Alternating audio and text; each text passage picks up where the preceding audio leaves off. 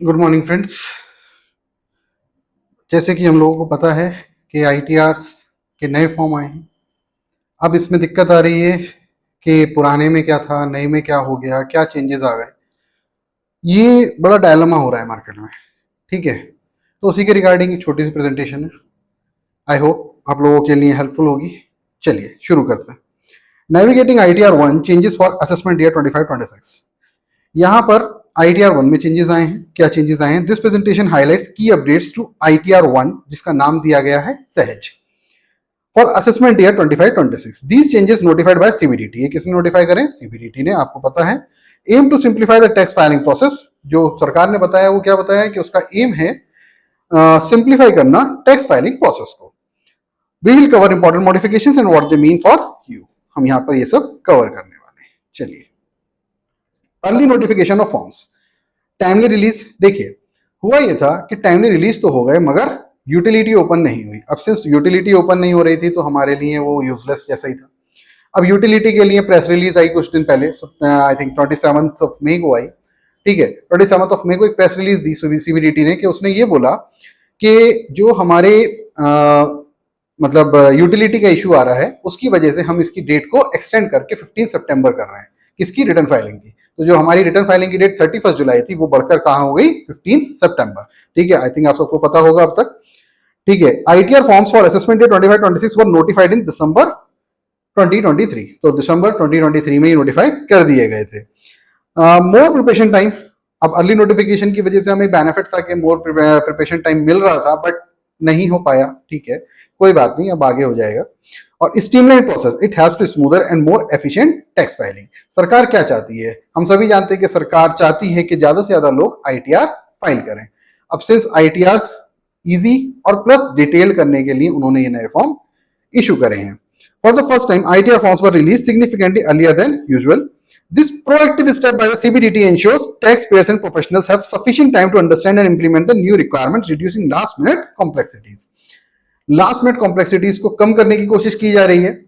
Although हम लोगों ने कई बार देखा कि अप्रैल में कुछ नहीं हुआ, मई में कुछ नहीं हुआ, और फाइनली जब मई का एंड आ गया तब जाकर सरकार ने कहा कि हाँ, हम आपकी डेट पोस्टपोन कर रहे हैं, और फाइलिंग की डेट हो गई हमारी 15 सितंबर। Disclosure under new tax regime. अब जैसे कि हम सबको पता है कि new tax regime section 115 BAC, यहां पर क्या हुआ है? The new tax regime is now the default choice. हम सबको पता है कि असेसमेंट ईयर 24-25 से ये डिफॉल्ट चॉइस बन चुकी है। और ITR 1 for assessment year 25-26 includes a mandatory declaration.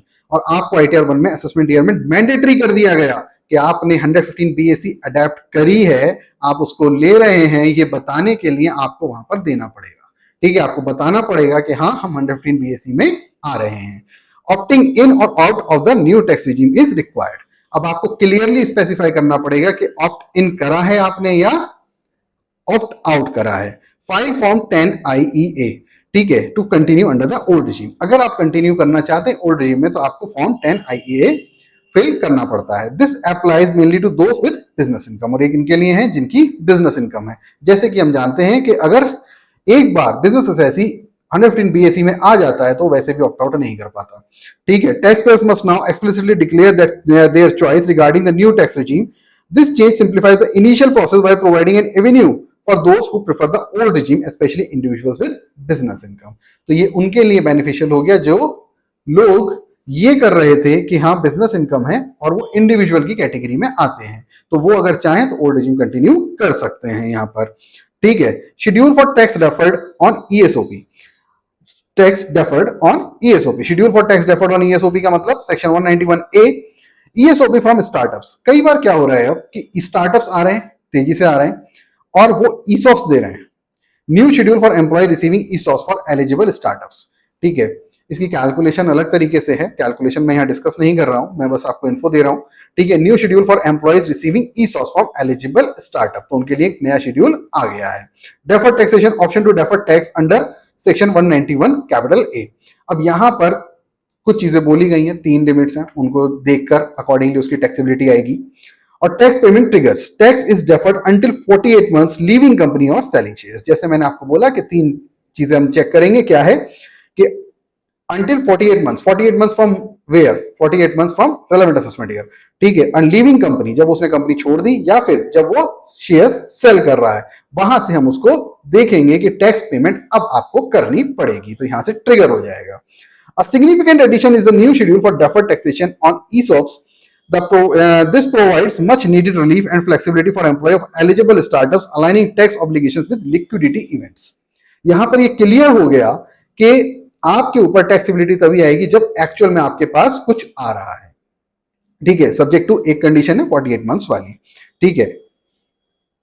Additional disclosure for donations, अब यहां पर बात आती है एडिशनल डिस्क्लोजर मांगा गया, एटीजी। एटीजी में क्या होता है, कैसे होता है, हम सभी जानते हैं, ठीक है। एआरएन मैंडेटरी कर दिया गया। एआरएन क्या होता है, approval registration number of the Downey, यानी जो भी ट्रस्ट को हम दे रहे हैं, जो भी ट्रस्ट को हम दे रहे हैं और जो भी डोनी है उसका एआरएन नंबर हमें देना पड़ेगा। ऑर्गेनाइजेशन इज नाउ रिक्वायर्ड, और cash versus other modes, amount donated in cash must be reported separately from other modes. हमें क्लियरली बताना पड़ेगा, वहां पर डिस्क्लोजर देना पड़ेगा कि कितना कैश में आया है और कितना अदर देन कैश आया है। Reporting donation under section 80G now require more detail information. This enhances transparency and has in better tracking of eligible deductions. आपको भी पता है सरकार क्या चाह रही है, सरकार की मंशा क्या है इसके पीछे, ठीक है। वो चाह रही है कि वो देखे कि किसको एटीजी हम दे रहे हैं, एटीजी का बेनिफिट वो एक्चुअल में डिजर्व करता भी है या नहीं, ठीक है। Tax payers must ensure that they have the correct ARN for their donations. उन्हें करेक्ट एआरएन देनी होगी अपनी डोनेशंस के लिए। चलिए आगे चलते हैं। आगे आता है मैंडेटरी बैंक डिटेल्स। अब एक नई चीज और आई। पहले क्या होता था कि जिसमें रिफंड लेना होता था आप उसको ऑफर करते थे सरकार को कि हाँ इस अकाउंट में हमें रिफंड दे दीजिए, बट अब सरकार ने क्या बोला कि देखिए आपके जितने भी अकाउंट हैं वो सब डिस्क्लोज करिए, ठीक है। और जहां तक मेरी समझ कहती है, इसको शायद सरकार ऐसा देखना चाह रही है कि हम आपके बाकी अकाउंट्स भी चेक कर लेंगे, ठीक है। तो refund account mandatory to select one specific bank account for refund, तो इट्स क्वाइट बेटर एडवाइजेबल कि एसएससी उसको पूरे डिटेल्स दे दे सरकार को।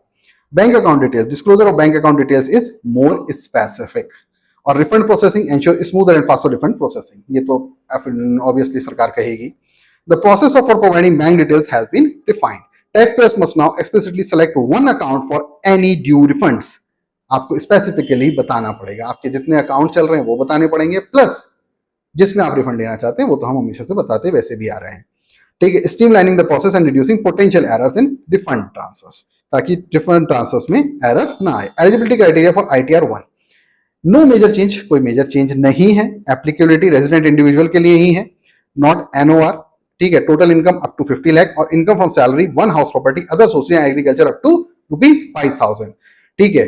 बट यहां पर हम आपको एक बात बता दें कि यहां पर एक चीज और आई है जिसमें हम कहते हैं कि अगर कैपिटल गेन आ रहा है अप टू 1,25,000 तो वो भी ITR 1 सहज में ही जाएगा, ठीक है। चलिए आगे देखेंगे। Not applicable for company director, इसे नहीं फाइल कर सकते। इन्वेस्टमेंट इन अनलिस्टेड शेयर्स नहीं कर सकते।